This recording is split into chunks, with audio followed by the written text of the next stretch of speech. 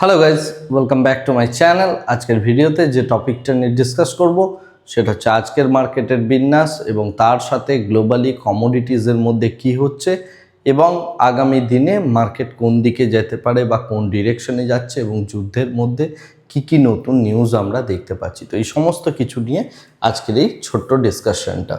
তো প্রথম কথা হচ্ছে আজকে যে মার্কেটটা দেখলাম সেই মার্কেটটা সম্পূর্ণভাবে একটা বুলিশ কাইন্ড অফ মার্কেট, যেখানে আমরা পুরোপুরিভাবে Nifty, Sensex, bank Nifty, mid cap Nifty, small cap Nifty সমস্ত জায়গার মধ্যে একটা ট্রিমেন্ডাস লেভেল অফ বুলিশনেস আমরা আজকের ডেটে দেখতে পেলাম। যেহেতু বুলিশনেস আমরা দেখতে পেয়েছি, তো সেই দিক থেকে দেখতে গেলে আমাদের যে মানে পুরো গ্লোবালি যেহেতু বুলিশনেস রয়েছে, তাই ইউএসের যে বন্ড, এগুলো বন্ডের প্রাইস কিন্তু ডিক্রিজ করছে, অর্থাৎ বন্ডের মধ্যে ডিম্যান্ড কমছে এবং এটা যথেষ্ট সিগনিফিকেন্ট। এর বিহাইন্ডে যে রিজনটা রয়েছে সেটা হচ্ছে পিস স্টক সংক্রান্ত বা যুদ্ধের এই যে পিস স্টক হতে চলেছে সেই বিষয়টা নিয়ে প্রচুর মার্কেটের মধ্যে জল্পনা কল্পনা ইত্যাদি চলছে। প্রত্যেকটা দেশের স্পোক্সপারসন তারা অ্যাকচুয়ালি বিভিন্ন রকমের কথাবার্তা বলছে। তো সেই কারণে গ্লোবাল মার্কেটের মধ্যে আজকের ডেটে আমরা একটা বুলিশনেস দেখতে পেলাম। তো সেই বুলিশনেস দেখলেও মার্কেটের মধ্যে ফিয়ার যে এখনো ইনট্যাক্ট, সেটা আমাদের যে ইন্ডিয়া ভিক্স সেটা দেখলেই বোঝা যায়। এর মাঝে আগামীকাল আমাদের মার্কেট বন্ধ, তো সেই সমস্ত কারণে কিন্তু ভিক্সকে আমরা কুল অফ হতে দেখলাম না।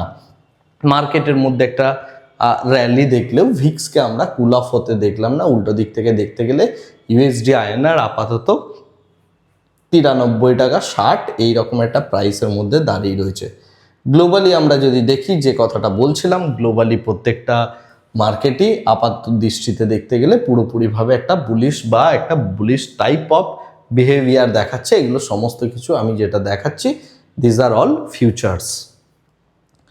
এরপরে আমাদের মার্কেটে যদি আজকের ডেটে দেখি, অ্যাডভান্স ডিক্লাইন রেশিও, অ্যাডভান্স এবং ডিক্লাইন্টের মধ্যে রেশিও যদি দেখি 3:1, এবং সেক্ষেত্রে দেখতে গেলে পিসিবিএল, দীপক ফার্টিলাইজার, ত্রিবেণী এইগুলো যথেষ্ট পরিমাণ একটা সিগনিফিকেন্ট মুভ দিয়েছে। আজকের ডেটে নিফটি 500-এর মধ্যে প্রায় 26 থেকে 27টার উপর স্টক রয়েছে যারা 5%-এর বেশি মুভ করেছে। এছাড়া নিফটি 500-এর মধ্যে কিছু কিছু স্টক রয়েছে, যেমন অ্যালকাইল অ্যামাইন, ভিটিএল, ট্রাইডেন্ট, এই সমস্ত শেয়ারগুলো আজকের ডেটে একটা বিয়ারিশ টেন্ডেন্সি দেখিয়েছে। এরপরে আমরা যদি নিফটি 50 সমস্ত স্টকগুলো নিয়ে কথা বলি, পুরো যে ফাইন্যান্সিয়াল স্পেসটা রয়েছে, এই ফাইন্যান্সিয়াল স্পেসটা কিন্তু আজকের ডেটে ভালো রকমের বুলিশ, গতকালও তাই ছিল। এর বিহাইন্ডে যে রিজনটা রয়েছে সেটা নিয়ে আমি একটু পরে ডিসকাশন করছি। বা তার আগে শুধুমাত্র ফাইন্যান্স নয়, এছাড়া এলএনটি, এমএনএম, মারুতি, আইটিসি প্রত্যেকটা শেয়ারের মধ্যেই আজকের ডেটে বেশ ভালো রকমের একটা বুলিশনেস দেখা গিয়েছে। টাইটেন, এশিয়ান পেন্টস থেকে শুরু করে এভরিওয়্যার, ওকে, পুরো নিফটির মধ্যেই একটা বেশ ভালো রকমের আমরা বুলিশনেস আজকের ডেটে দেখলাম। আমরা যদি এই মুহূর্তে সেক্টরাল কথাবার্তা বলি বা সেক্টর স্পেসিফিক কথাবার্তা বলি, তাহলে যে জিনিসগুলো দেখতে পাচ্ছি সেটা হচ্ছে আমাদের এখানে commercial services supplier, cement construction, textile, chemical and petrochemicals, এই সমস্ত সেক্টরগুলো আপাতত বুলিশ রয়েছে। এছাড়া ওভারঅল পুরো যদি আমি সমস্ত সেক্টরই দেখি, almost all the sectors are bullish. এরপরে আসছি ওয়ার্ল্ডের সব থেকে ইম্পর্টেন্ট জায়গাটা, যেটা হচ্ছে কমোডিটি স্পেস। কারণ আমরা জানি ব্রেন্ট, WTI অর্থাৎ এই যে ক্রুড অয়েলের স্পেসটা, সেটাই হচ্ছে মেন এই মুহূর্তে ইন্টারেস্টিং ফ্যাক্টর। তো এখানে যেটা দেখতে পাচ্ছি, এই যে যুদ্ধের যে বিভিন্ন রকম পিস স্টক সংক্রান্ত কথাবার্তাগুলো আসছে, সেইগুলোকে কেন্দ্র করে ব্রেন্ট এবং ক্রুড অয়েল এরা দুজন কিন্তু যথেষ্ট পরিমাণে কুল অফ হয়েছে এবং 4%, 3% বা ন্যাচারাল গ্যাসও প্রায় 1%-এর কাছাকাছি ফল করেছে। এবং এক্ষেত্রে ব্রেন্ট ক্রুড অয়েল $100 নিচে যেহেতু ট্রেড হচ্ছে, তাই মার্কেটের মধ্যে আমরা একটা স্লাইটলি বুলিশনেস দেখলাম। যে কোরিলেশনের কথা আমি বিগত কয়েকটা ভিডিওসে বলছি, ক্রুড অয়েল এবং ন্যাচারাল গ্যাস এবং মানে WTI, ব্রেন্ট এগুলো যেহেতু ডাউন হচ্ছে, উল্টো দিকে দেখতে গেলে গোল্ড প্রাইস কিন্তু শুট আপ করছে। এটা সম্পূর্ণভাবে একটা কোরিলেশন। এবং আমাদের যে বেস মেটাল রয়েছে অর্থাৎ কপার এবং জিঙ্ক, সেই দুটোর পরিমাণও যথেষ্ট পরিমাণে বেড়েছে। এরপরে আমরা যদি নিফটির ওপেন ইন্টারেস্ট দেখি, আজকের ডেটে নিফটির যে ওপেন ইন্টারেস্ট গতকাল বলেছিলাম যে 23,000-এর কাছে মোটামুটি 50-50, অর্থাৎ কল রাইটার, পুট রাইটার দুজনেই প্রায় সমান ছিল। এবং আমার এক্সপেকটেশন ছিল যে 200 পয়েন্ট এইরকম জাস্ট আপসুইং ডাউন সুইং করবে। সেই জায়গা থেকে আজকে ডেটে স্লাইড একটা গ্যাপ আপ ওপেনিং হয়ে যাওয়ার পর কল রাইটাররা এখান থেকে ধীরে ধীরে নিজেদের পজিশনকে আস্তে আস্তে কাটলো, হোয়ারাস পুট রাইটাররা কিন্তু নিজেদের পজিশনকে যথেষ্ট বাড়িয়েছে। এটার বিহাইন্ডে যে রিজনটা সেটা হচ্ছে কালকে আমার ভিডিও করার পর এই পি স্টক সংক্রান্ত বিভিন্ন রকমের তথ্য উঠে এসেছিল গ্লোবাল মার্কেটে, এবং তারপরে সকাল থেকেই গ্লোবাল মার্কেট মোটামুটিভাবে দেখতে গেলে একটা বুলিশ স্ট্রাকচার মেনটেন করেছে, যার ফলস্বরূপ আমরা এই মুভমেন্টটা দেখতে পেলাম। তো সেক্ষেত্রে যদি দেখি এই মোমেন্টের মধ্যে আমাদের যে স্ট্রাকচারটা রয়েছে, সেক্ষেত্রে এই যে 23,000-এর যে জায়গাটা, এটা আপাত দৃষ্টিতে দেখতে গেলে একটা স্ট্রং সাপোর্ট হিসাবে কাজ করবে আগামী এক্সপায়ারি অবধি। এবং এই দিক থেকে দেখতে গেলে 23,500 মোটামুটি একটা উইক রেজিস্ট্যান্স। যদি 23,500 ক্রস করে তারপরে 24,000-এর কাছ অবধি আর কোনো সেইভাবে রেজিস্ট্যান্স, স্ট্রং রেজিস্ট্যান্স নেই আপাত দৃষ্টিতে। আজকের যদি আমরা মার্কেটের ভিউ দেখি তাহলে সেটাই আপাত দৃষ্টিতে রয়েছে। এছাড়া 23,000-এর কাছে স্ট্রং একটা সাপোর্ট আপাতত তৈরি হয়েছে। এখন আগামীকাল আমি আবার একটা ডিসকাশন করব, এবং আমার যেটা মনে হয় যে এই মুহূর্তে 23,000 হয়তো এই সপ্তাহের মধ্যে হয়তো আর ভাঙবে বলে আমার অ্যাটলিস্ট মনে হয় না।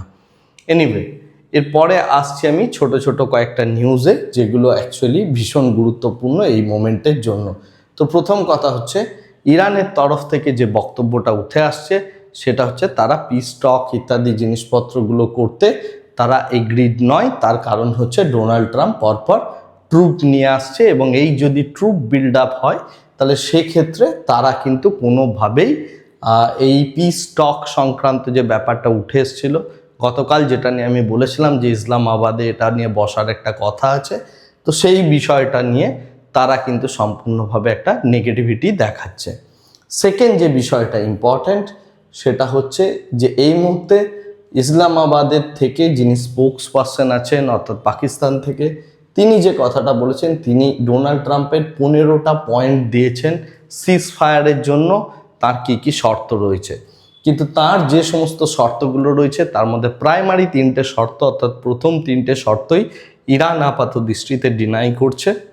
এবং ইরানের যে বক্তব্যটা এই মুহূর্তে রয়েছে যে সবার আগে স্ট্রেট অফ হরমুজ যে এরিয়াটাকে কেন্দ্র করে পুরো এই ক্রুড অয়েল প্রাইস বাড়ছে, তো স্ট্রেট অফ হরমুজের টোটাল ইন্টারন্যাশনাল রেকগনিশন দিতে হবে ইরানকে, যে ইরান এই জিনিসটা পুরোপুরিভাবে আগামী দিনে কন্ট্রোল করবে। তো এটা হচ্ছে তার প্রথম শর্ত। দ্বিতীয় শর্ত হচ্ছে ট্রুপ সম্পূর্ণভাবে এখান থেকে সরাতে হবে। যতক্ষণ না ট্রুপ সরবে ততক্ষণ অবধি আমরা কোনো পি স্টকে যাব না। তো এই টাইপের বিভিন্ন রকমের কথাবার্তা আপাতত উঠে আসছে। এর মধ্যে যে ঘটনাটা ঘটেছে সেটা হচ্ছে ইসরায়েল আবার লেবাননকে অ্যাটাক করেছে এবং এই ব্যাপারটা চলছে। এছাড়া ইসরায়েল আরেকটা ব্যাপার বলছে, এই যে পি স্টক হবে ডোনাল্ড ট্রাম্পের, সেখানে তারা অংশগ্রহণ করবে না, কিন্তু আলটিমেটলি ডোনাল্ড ট্রাম্প যে ডিসিশন দেবেন এবং হরমুজ প্রণালীর ওপর তারা যে গ্লোবালি যে এনার্জি প্রবলেমসটা রয়েছে সেটার কথা মাথায় রেখে তারা ডোনাল্ড ট্রাম্পের সাথে আলোচনা করে বিষয়টাকে একটা প্রায়োরিটাইজিং করবে। এটা ইসরায়েলের আপাতত দৃষ্টিতে বক্তব্য। তো এই হচ্ছে আপাতত একটা সিনারিও, যে সিনারিওটাতে একটা জিনিস খুবই স্পষ্ট, বা মার্কেট এবং গ্লোবাল মার্কেট একটা জিনিস সেন্স করেছে যে প্রত্যেকেই কিন্তু কথা বলতে চাইছে, বিভিন্ন জন শর্ত দিচ্ছেন। তো এই সমস্ত শর্তগুলোকে নিয়ে যদি একটা জায়গায় আসা যায়, মেবি হয়তো এই প্রবলেমটা রিজলভ হবে। এটা মার্কেটের এক্সপেকটেশন। আগামী দিনে আদৌ বিষয়টা হবে না সেটা কেউই জানে না। তো এই মুহূর্তে মার্কেট এই জিনিসটা এক্সপেক্ট করছে, এবং যেহেতু মার্কেট এটা এক্সপেক্ট করছে তাই মার্কেট একটা স্লাইডলি আপ মুভ দেখাচ্ছে এই মুহূর্তে বিভিন্ন অ্যাসেট ক্লাসগুলোর মধ্যে। এছাড়া আমাদের ব্যাংকিং স্টক বাড়ার জন্য মেইন যে রিজনটা রয়েছে সেটা হচ্ছে আরবিআইয়ের একটা লিকুইডিটি পুশ। এক্ষেত্রে আরবিআই 5.26% কাট অফ রেটে একটা ভিআরআর এনেছে, অর্থাৎ ভেরিয়েবল রেপো রেট। তো তার থ্রুতে বিভিন্ন রকম অকশনে বিভিন্ন ব্যাংকিং যে সমস্ত অর্গানাইজেশনরা রয়েছে তারা পার্টিসিপেট করতে পারে, এবং ব্যাংকসের মধ্যে ভালো রকমের একটা অ্যামাউন্ট আরবিআই আপাতত লিকুইডিটি ইনজেক্ট করতে চলেছে। তো যে কারণে ব্যাংকিং এবং ফাইন্যান্সিয়াল স্পেসটার মধ্যে একটা ব্রিদিং স্পেস পাচ্ছে এবং সেই দিক থেকে দেখতে গেলে স্লাইডলি একটা ঊর্ধ্বগতি আমরা দেখতে পাচ্ছি। Last but not the least, ভবিষ্যতের জন্য একটা নতুন প্রজেক্ট যেটা ইন্ডিয়ান গভর্নমেন্ট করেছে, যেটার নাম হচ্ছে উড়ান। এই প্রকল্পের মাধ্যমে টোটাল 28,840 কোটি টাকা 10 বছরের জন্য ডিপ্লয় করা হবে। 100টা নতুন এয়ারপোর্ট ফর্ম করা হবে এবং এয়ারপোর্ট, হেলিকপ্টার বেস ইত্যাদি বিভিন্ন রকম ইনফ্রাস্ট্রাকচারের প্রজেক্ট নিয়ে আসছে গভর্নমেন্ট। তো আগামী দিনে ইনফ্রাস্ট্রাকচার রিলেটেড যে সমস্ত কোম্পানিগুলো রয়েছে, এটা কিন্তু একদিনের ব্যাপার নয়, এরকম নয় যে কাল সকাল থেকেই বৃদ্ধি হবে। ভ্যালুয়েশন ওয়াইজ দেখতে হবে এই প্রজেক্টগুলো কোন কোন কোম্পানিগুলো পাচ্ছে আগামী দিনে। সেই প্রত্যেকটা জিনিসকে যদি আমরা ট্র্যাক করতে পারি, তাহলে আগামী দিনে এই ইনফ্রাস্ট্রাকচার যে সমস্ত কোম্পানিগুলো রয়েছে তাদের ক্ষেত্রে এই বিষয়টা কিন্তু একটা পজিটিভ নিউজ। এবং এই বিষয়টাকে কেন্দ্র করে আমরা পরবর্তীকালে হয়তো কোনো স্টক সিলেক্ট করতে চলেছি বা সেরকম কোনো ঘটনা ঘটলে আমি আপনাদের অবশ্যই জানাবো। আজকের ভিডিওটাকে আর এর থেকে বেশি দীর্ঘায়িত করছি না, বাট যাওয়ার আগে একটা ইম্পর্টেন্ট অ্যানাউন্সমেন্ট। আগামীকাল আমরা হসপিটাল সেক্টর নিয়ে পুরো একটা ডিসকাশন করব এবং তার সাথে মণিপালের যে আইপিও আসছে সেই আইপিওটা কতটা ভালো, কতটা খারাপ বা কোন জায়গার মধ্যে রয়েছে আইপিও স্পেস অনুযায়ী, তো সেই প্রত্যেকটা বিষয় নিয়ে আমরা আগামীকাল ডিসকাশন করব। আজকের ভিডিওটাকে আপাতত এই জায়গাতেই স্টপ করছি। Thank you very much, bye bye, tata.